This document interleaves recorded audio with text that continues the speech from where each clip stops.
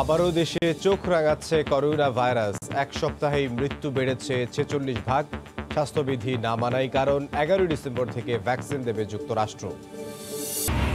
রোহিঙ্গাদের ফেরাতে আস্থা রাখা যাচ্ছে না মিয়ানমারের সঙ্গে আলোচনায়। আন্তর্জাতিক সম্প্রদায়ের ভূমিকাও হতাশাজনক। বাড়াতে হবে চাপ, বলছেন বিশ্লেষকরা। এবং অগ্রহায়ণের শুরুতেই রাজধানী সহ সারা দেশে বাড়ছে শীত। রাতের মহানগরীতে ঠান্ডায় জবুথবু ছিন্নমূল মানুষ। নেই মোকাবিলার রসদ।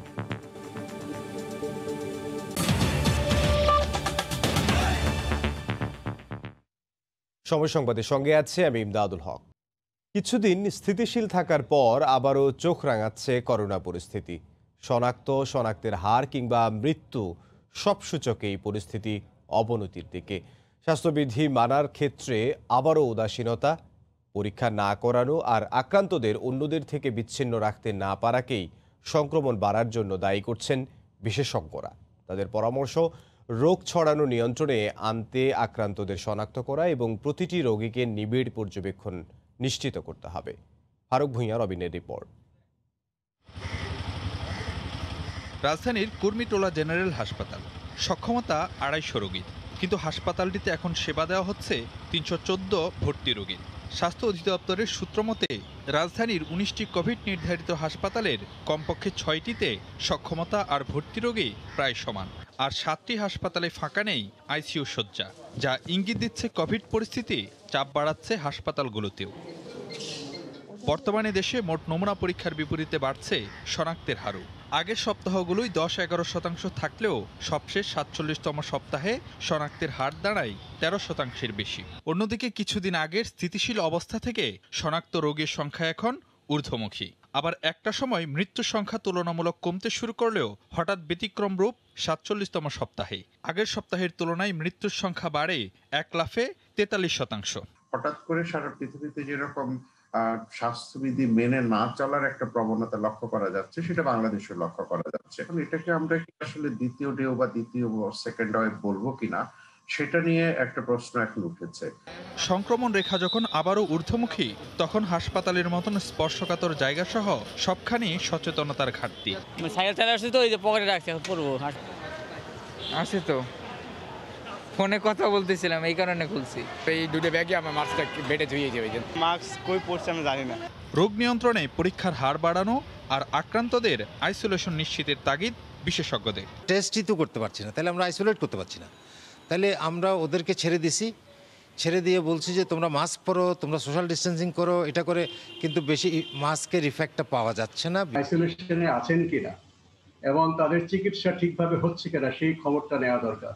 আইডিসিআর সেই কাজটি করছে, কিন্তু জনবলের অভাবে 24 ঘন্টার ভিতরে প্রতিটি রোগীকে ফলো আপ করা সম্ভব হচ্ছে না।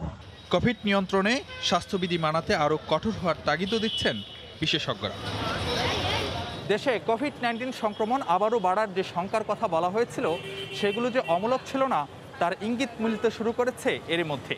তবে যেসব সাবধানতা, সতর্কবার্তা আর স্বাস্থ্যবিধির পরামর্শ দেওয়া হয়েছে, সেগুলো কতটা মানা হচ্ছে সে প্রশ্ন একই সঙ্গে আরও জোরালো হচ্ছে। ফারুক ভূঁইয়া, রবিন, সময় সংবাদ, ঢাকা। আগামী 11 ডিসেম্বর থেকে যুক্তরাষ্ট্রে করোনার টিকা দেয়া শুরু হতে পারে বলে আভাস দিয়েছেন ভ্যাকসিন কর্মসূচির প্রধান ডক্টর মনসেফ স্লাইওই। রোববার এক বিবৃতিতে এ তথ্য জানান তিনি। ডক্টর মনসেফ জানান, টিকা অনুমোদিত হওয়ার পর 24 ঘন্টার মধ্যেই তা সরবরাহের পরিকল্পনা রয়েছে। মার্কিন ওষুধ উৎপাদনকারী প্রতিষ্ঠান ফাইজার ও সহযোগী প্রতিষ্ঠান জার্মানির বায়োনটেক তাদের তৈরি ভ্যাকসিন অনুমোদনে শুক্রবার মার্কিন ওষুধ প্রশাসনের কাছে আনুষ্ঠানিক আবেদন করেছে। যুক্তরাষ্ট্রের খাদ্য ও ওষুধ প্রশাসন FDA এর উপদেষ্টা কমিটির আগামী 10 ডিসেম্বর ফাইজারের আবেদন নিয়ে বৈঠকে বসার কথা রয়েছে। ডক্টর মনসেফ জানান, টিকা অনুমোদনের 2 দিনের মধ্যেই ভ্যাকসিন দেওয়ার উদ্যোগ নেবেন তারা। এর আগে ফাইজার ও বায়োনটেকের পক্ষ থেকে তাদের টিকাটি চূড়ান্ত পর্যায়ের পরীক্ষায় 94% কার্যকর বলে দাবি করা হয়।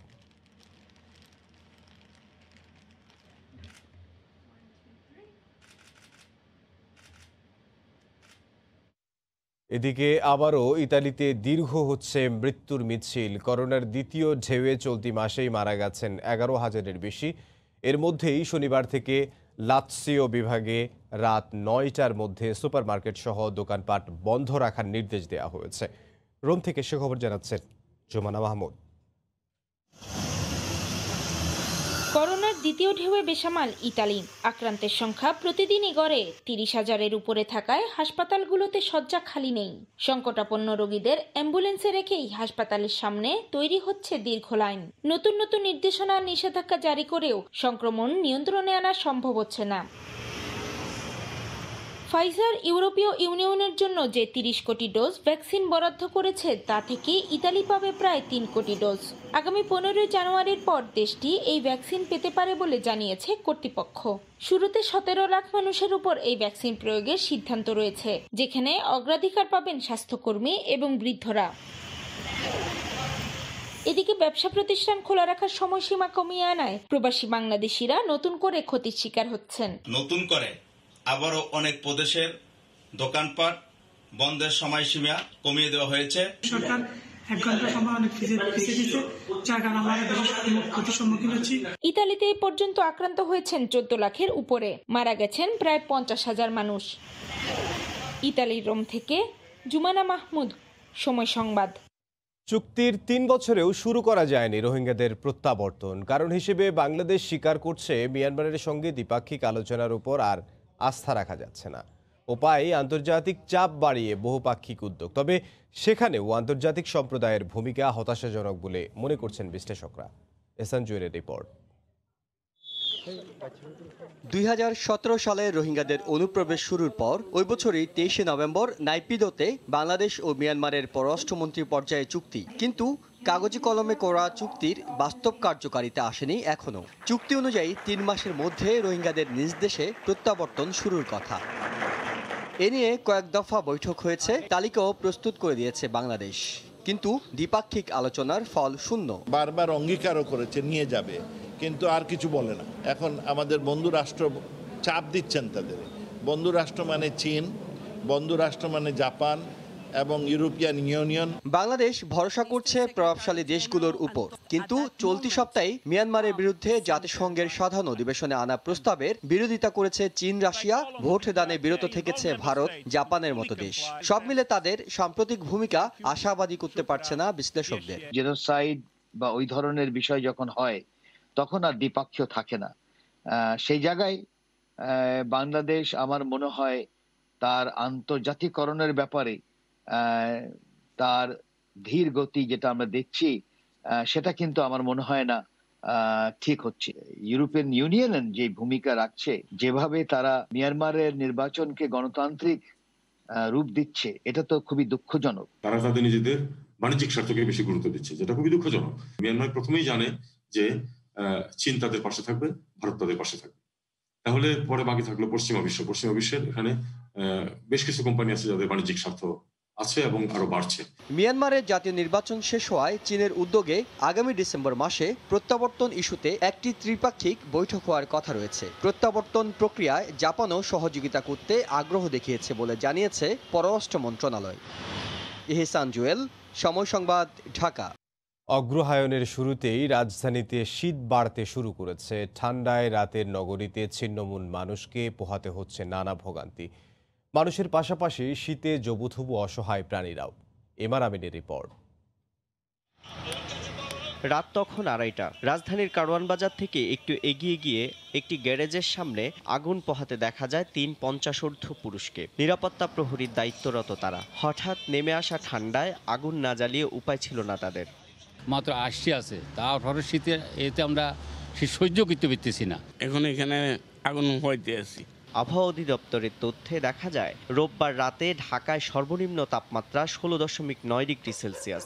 স্বাভাবিকভাবেই ভোগান্তিতে পড়তে হয় গৃহহীন, ছিন্নমূল ও কর্মজীবী মানুষদের। শিশুদের ঝুঁকিটা আরো বেশি। সমস্যা এই যে বাচ্চা পোলাপানের ঠান্ডা তো লেগেই থাকে। আমরা এবার ঠান্ডায় বয়ে থাকবো, কষ্ট করতেছি শীতে। শীত পড়তে আছে মোটামুটি ভালোই, আরো পর্ব সামনের দিকে কাজ যেটু পড়ছে এত বেশি পড়ছে। রাস্তায় যাদের ঘর তাদের জন্য শীতের রাত সবসময় দীর্ঘ। কাঁথা কম্বলের ওমনা থাকায় গামছা কিংবা পলিথিন জড়িয়ে জবুথবু হয়ে কোনো রকম কাটিয়ে দেয়া রাতটা। হঠাৎ নেমে আসা হিমে মুখোমুখি হওয়ার কোনো প্রস্তুতি নেই তাদের। শীতে খারাপ লাগতেছে বলে আর কি আমি লুঙ্গি ছিঁড়া গায়ে দিয়েছি আর কি। আসছে পৌষ মাসে অসহায় এই মানুষগুলোর জন্য অপেক্ষা করছে আরো দুর্ভোগ। শীতের মাঝে একটু উষ্ণতার আশায় এই কুকুরগুলো মানুষের পাশে এসে কিভাবে আশ্রয় নিয়েছে তা থেকেই বোঝা যায় রাজধানীতে শীতের প্রকোপ কতটা বাড়তে শুরু করেছে। আর এতে বেশি ভোগান্তিতে পড়ছে রাজধানীর ছিন্নমূল মানুষগুলো। তাদের প্রত্যাশা এই শীতের প্রস্তুতি নেওয়ার জন্য এবং শীতকে মোকাবেলা করার জন্য তাদের পাশে এসে দাঁড়াবেন বিত্তশালীরা। এমআর আমিন, সময় সংবাদ, ঢাকা। নানা অনিয়মে দুর্দশায় পড়েছে investment corporation of Bangladesh ICB. Bangladesh ব্যাংকের তদন্ত প্রতিবেদনে উঠে এসেছে এমন তথ্য। এ অবস্থায় আবারও মূলধন যোগান দিয়ে সংস্থাটি পুনর্গঠন করার উদ্যোগ নেওয়া হয়েছে। বিশ্লেষকরা বলছেন আইসিবির অনিয়মে জড়িতদের শাস্তি হওয়া দরকার। সানবীর রূপলের রিপোর্ট। বিনিয়োগ ত্বরান্বিত করা ও শেয়ার বাজারের সহযোগিতার জন্য যাত্রা শুরু করে investment corporation of Bangladesh ICB. কিন্তু বিভিন্ন সময়ে প্রতিষ্ঠানটি জড়িয়ে পড়ে নানা অনিয়মে। এর আগে দুদকও তদন্ত করেছে, তাতেও থামেনি অনিয়ম। চলতি বছর বাংলাদেশ ব্যাংকের অভ্যন্তরীণ তদন্ত প্রতিবেদনে উঠে আসে প্রতিষ্ঠানটির নানা অনিয়ম। আমানতকারীদের তাৎক্ষণিক অর্থের চাহিদা মেটানো ও সুষ্ঠু বিনিয়োগ কার্যক্রম পরিচালনার জন্য কোনো নীতিমালাই নেই। গেল বছরের তথ্যের ভিত্তিতে প্রধান শাখাসহ 4টি শাখায় পরিদর্শন করে জুলাই মাসে একটি প্রতিবেদন দেয় কেন্দ্রীয় ব্যাংকের তদন্ত দল। প্রতিবেদন পর্যালোচনায় দেখা যায় প্রতিষ্ঠানের মোট আমানত 10,697 কোটি টাকা, মোট ঋণ 2737 কোটি টাকা, 2 কোটি বা তার বেশি টাকা ঋণ দেওয়া হয়েছে 37টি প্রতিষ্ঠানকে। 91টি মামলা চলমান থাকলেও বেশিরভাগ মামলার হালনাগদ তথ্য দেয়নি আইসিবি। পোর্টফোলিও ও সিডিবিএল এর স্টেটমেন্টের ভিন্নতাও পাওয়া গেছে। প্রতিষ্ঠানটির এমন অবস্থায় আইসিবিকে পুনর্গঠনের একটি অডিট কার্যক্রম পরিচালনা করছে Bangladesh securities and exchange commission. ইতিমধ্যে একটি নির্দেশনা আমাদেরকে দিয়েছে যে আইসিবিকে টোটাল রিপোর্টটা অডিট করে টোটাল রিপোর্টটা সরকারের কাছে জমা দিতে, যাতে একটা রিস্ট্রাকচারিং প্ল্যান করা যায়। রেগুলার আমাদের এনফোর্সমেন্ট ডিপার্টমেন্ট এই ধরনের কিছু পেলে সেখানে আইনগত ব্যবস্থা নিচ্ছে। প্রতিষ্ঠান টিকিয়ে রাখতে মূলধন যোগান দিয়ে আইসিবিকে পুনর্গঠন করতে হবে, তবে সেক্ষেত্রে জোর তদারকি না থাকলে আবারও অনিয়মের আশঙ্কা থেকে যাবে বলে মত বিশ্লেষকদের। এই টোটাল জিনিসটা আমার মনে হয় যে গভর্নমেন্টকে অ্যাকাউন্টেবিলিটিতে নিতে হবে, নিয়ে এটা কারা কারা ইনভলভ ছিল সেটাকে খতিয়ে দেখতে হবে এবং তাদেরকে শাস্তির আওতায় আনতে হবে। নভেম্বরের শেষে বিএসইসির অডিট টিম প্রতিবেদন দেওয়ার পর আইসিবি পুনর্গঠনের কাঠামো সুপারিশ করবে বিএসইসি। নানা অনিয়ম দুর্নীতির কবলে পড়ে মূলধন হারিয়ে এখন ভঙ্গুর দশায় আইসিবির মতো একটি প্রতিষ্ঠান। আবার নতুন করে মূলধন যোগান দিয়ে পুনর্গঠনের ব্যবস্থাও করা হচ্ছে। কিন্তু প্রশ্ন থেকে যায়, যাদের জন্য এই প্রতিষ্ঠানের দুরবস্থা তাদের কি চিহ্নিত করে শাস্তি দেওয়া হবে? সানবীর রূপল, সময় সংবাদ, ঢাকা। এবার দাম বেশি, আবহাওয়াও অনুকূলে, তাই রবি মৌসুম শুরু হতে না হতেই লাভের আশায় আগেভাগেই আলুর আবাদে নেমে পড়েছেন কুড়িগ্রামের কৃষক ও ব্যবসায়ীরা। কৃষি বিভাগ বলছে জেলায় চলতি মৌসুমে আলুর আবাদ লক্ষ্যমাত্রা ছাড়িয়ে যাবে। মমিনুল ইসলাম মঞ্জুর তথ্য ও বেলাল হোসেনের তোলা ছবি নিয়ে রিপোর্ট। কুড়িগ্রামের 9টি উপজেলাতেই পুরো দমে চলছে আলু আবাদের প্রস্তুতি। জমি তৈরি, ডায়মন্ড, গ্রানুলা, স্টারিস ও কার্ডিনাল জাতের বীজ আলু কেটে প্রস্তুত করার পর রোপণ করা হচ্ছে। চলছে পোকামাকড়ের আক্রমণ প্রতিরোধে কীটনাশক স্প্রে। পুরোপুরি ব্যস্ত সময় পার করছেন কৃষক ও বাণিজ্যিকভাবে আলু আবাদকারী ব্যবসায়ীরা। এইবার যে আলুর দাম হবে আমরা তো কল্পনা করতে পারি না, কারণ এইবার ওই আশায় আমরা আলু গাড়ি আনিয়েছি। আমার 2 বিঘা জমি আলু আবাদ করছি লাভের আশায়। তার ভালো, এই জন্য একটু আগুন করতেছি, যদি সামনে কিছু ভালো লাভবান হতে পারি এই আশায়। এ অবস্থায় আলু আবাদকারীদের সব ধরনের সহযোগিতা ও পরামর্শ দেওয়া হচ্ছে বলে জানায় কৃষি সম্প্রসারণ অধিদপ্তর। কৃষি সম্প্রসারণ অধিদপ্তর সেই লক্ষ্যমাত্রা অর্জনে কৃষকের পাশে সর্বদাই আছে এবং সার্বিকভাবে কৃষককে আলু আবাদের যথাযথ পরামর্শ দিয়ে যাচ্ছে। জেলায় এবার 6,500 হেক্টর জমিতে আলু আবাদের লক্ষ্যমাত্রা নির্ধারণ করা হয়েছে। সময় সংবাদ, কুড়িগ্রাম। বুঝতে শেখার পর ডাক্তার ইঞ্জিনিয়ার হয়ে প্রতিষ্ঠিত হবার স্বপ্ন যখন সবার, তখন সুরের সাধনায় মত্ত এক শৈশব। শৈশবেই বাঁশির মোহনীয় সুরে শ্রোতাদের মুগ্ধ করেছে দরিদ্র পরিবহন শ্রমিকের সন্তান নন্দিনী। গাইবান্ধা থেকে এই বংশীবাদক 8ম শ্রেণীর ছাত্রীর গল্প জানাচ্ছেন হেদায়েতুল ইসলাম বাবু, ছবি তুলেছেন আতাউল হক সাগর।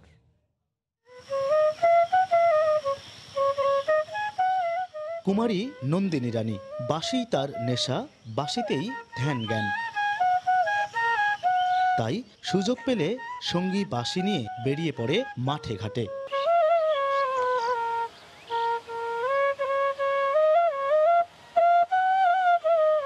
নন্দিনীর বাঁশির সুরের সাথে গ্রামীণ প্রকৃতির যেন গভীর মিতালি। আকাশ বাতাস থেকে সামাজিক যোগাযোগ মাধ্যমেও ছড়িয়ে পড়েছে তার বাঁশির মোহনীয় সুর। আর এই বাঁশি নিয়েই আকাশ ছোঁয়া স্বপ্ন নন্দিনীর। বাঁশির সুর আছে, সে সুরটা আমার খুব ভালো লাগে। আমার ইচ্ছা আমি একদিন বড় হবো বাঁশি নিয়ে, যে স্যারেরও আশীর্বাদ আছে, আমার বাবা মার আশীর্বাদ। গাইবান্ধার মেয়ে নন্দিনীর বেড়ে ওঠা সাদুল্লাপুরের ধাপের হাটে। ছোটবেলা থেকেই বাঁশির প্রতি দুর্বলতা। তার বাঁশিতে শান দেওয়ার দায়িত্ব নেন স্থানীয় সঙ্গীত শিক্ষক প্রদীপ কুমার বাবুল। স্বপ্ন থাকলেও সাধ্য নেই পরিবারের, একমত তার শিক্ষকও। আমার মেয়ে অনেক বড় হবে এই স্বপ্নটা দেখি, কিন্তু আমরা সেটা করতে পারছি না। মিউজিকে মাস্টার্স বা আরো বড় কিছু করুক, এটা আমার আশা একান্ত স্যার হিসেবে। সুর ও সংস্কৃতি রক্ষায় সবাইকে নন্দিনীদের পাশে দাঁড়ানো প্রয়োজন বলছেন সংস্কৃতিজনরা।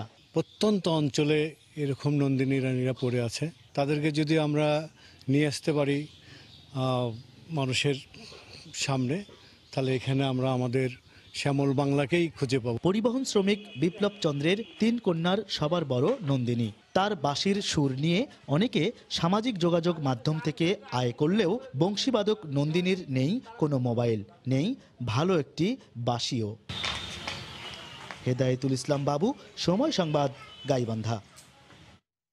এ পর্যায়ে শীর্ষ সংবাদ জানিয়ে দিচ্ছি আরও একবার। আবারও দেশে চোখ রাঙাচ্ছে করোনা ভাইরাস। এক সপ্তাহেই মৃত্যু বেড়েছে 46 ভাগ। স্বাস্থ্যবিধি না মানায় কারণ। 11 ডিসেম্বর থেকে ভ্যাকসিন দেবে যুক্তরাষ্ট্র। এবং রোহিঙ্গাদের ফেরাতে আস্থা রাখা যাচ্ছে না মিয়ানমারের সঙ্গে আলোচনায়। আন্তর্জাতিক সম্প্রদায়ের ভূমিকাও হতাশাজনক, বাড়াতে হবে চাপ বলছেন বিশ্লেষকরা। এই ছিল এখনকার মতো, সঙ্গে থাকুন সময়।